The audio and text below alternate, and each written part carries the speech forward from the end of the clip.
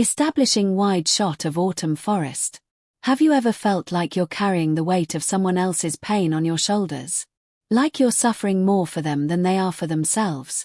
Today, we're diving into the power of letting go. 3 real-life stories that show how holding on too tight can break us, but releasing that grip can set us free. Stick around, because by the end, you might just find the courage to let go in your own life. Character enters scene from back view. Let's start with our first story. Meet Sarah, a single mom in her 40s, living in a quiet suburb. Sarah had always been the rock for her family, especially her son, Jake. From the time he was little, she poured everything into him, extra classes, sports teams, you name it. She dreamed he'd go to college, get a great job, and build a stable life. But Jake, he had other plans. In his 20s, he dropped out of school, started chasing music gigs that barely paid the bills, and fell into a rough crowd. Sarah watched him stumble, and it tore her apart. Every late-night call, every missed opportunity, she felt it like a knife in her chest. Close-up of character face with strong emotion. The struggle hit hard when Jake got into trouble with the law. A minor charge, but enough to scare Sarah senseless. She bailed him out, hired lawyers, begged him to change. "Why can't you see what you're doing to yourself?" she'd cry. But Jake pushed back, resenting her control. Sarah stopped sleeping, her health faded, and she isolated herself from friends. She was suffering for him, living in constant worry, as if her pain could fix his choices. Have you ever been there? Pouring your heart into someone who won't listen. Character walking on path, sitting alone. The climax came one rainy night. Jake showed up at her door, soaked and broken after another failed gig. They argued fiercely, Sarah yelling about his wasted potential, Jake storming out, saying she was suffocating him. In that moment, Sarah hit rock bottom. She collapsed on the floor, realizing her love had turned into chains, binding them both in misery. Symbolic object, pocket watch.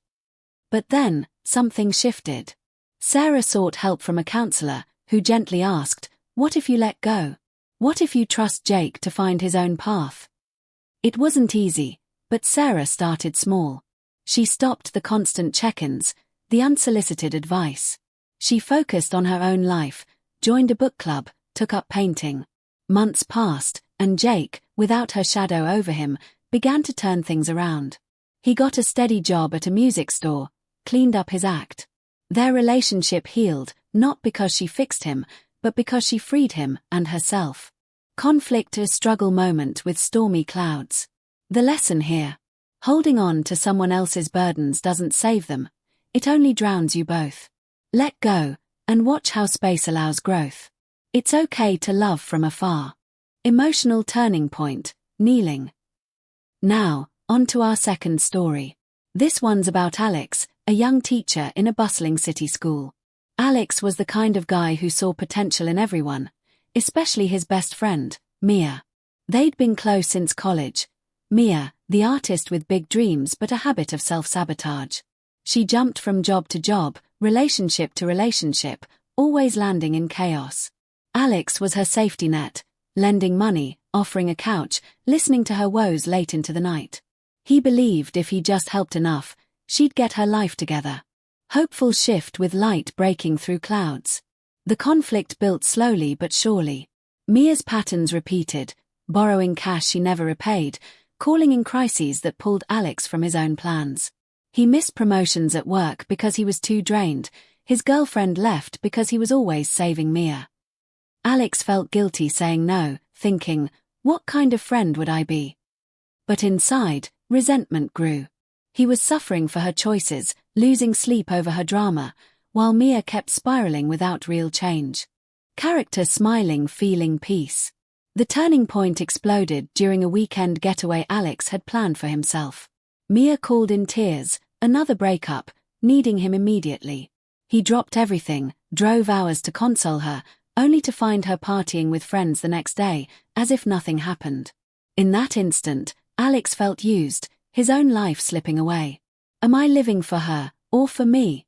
He wondered, anger mixing with heartbreak. Final resolution scene, walking toward sunrise. Resolution came through tough love. Alex set boundaries. He told Mia, "I care about you, but I can't keep fixing your messes. You have to stand on your own." It hurt. They didn't speak for weeks. But Alex reclaimed his time. He advanced at work, rekindled hobbies like hiking. And Mia, facing reality without his crutch, she sought therapy, landed a stable art gig. Their friendship survived, stronger and more equal. Abstract symbolic shot, hourglass. What's the takeaway? Suffering for others often enables their struggles instead of ending them. Let go of the rescuer role, and you give them, and yourself, the gift of true independence. Pause for a second. Who in your life are you carrying right now? Abstract symbolic shot, open door to horizon. Our final story brings us to Elena, a widow in her 60s, retired and living by the sea. Elena's husband, Tom, had passed away 5 years earlier from a long illness.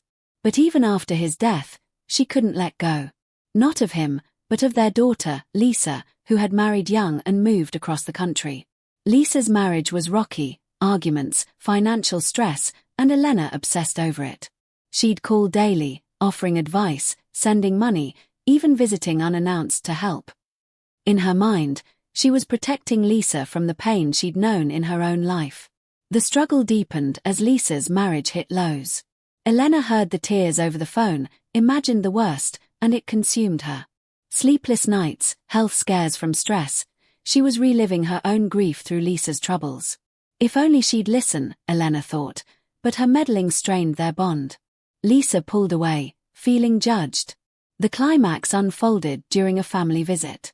Elena confronted Lisa's husband, sparking a huge fight. Lisa broke down, "Mom, this is my life, my choices. Your worry is killing me, and you." Elena saw it then. Her help was control, born from her unresolved loss.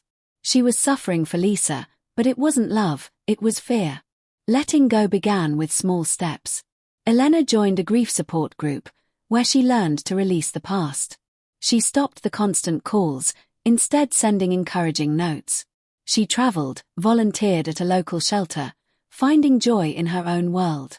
Lisa's marriage improved as she navigated it herself, and their mother-daughter connection warmed without the pressure. The moral: clinging to others' problems to avoid your own pain only multiplies the hurt. Let go, heal yourself first, and relationships bloom naturally. It's a quiet power, isn't it?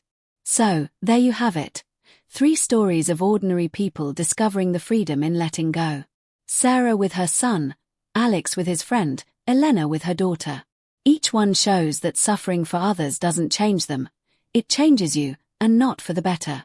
But when you release that grip, magic happens. You create space for growth, for peace, for real connection. Think about your own life right now. Is there someone you're holding onto too tightly? A family member, a friend, maybe even a past version of yourself? Letting go isn't giving up, it's choosing freedom. It's saying, "I love you enough to trust your journey." And in that choice, you stop the suffering and start living. If this resonated with you, hit that like button, subscribe for more stories that inspire change, and share in the comments. What's one thing you're ready to let go of today? Thanks for watching Wordy Tales. Remember, the power is in your hands. See you next time.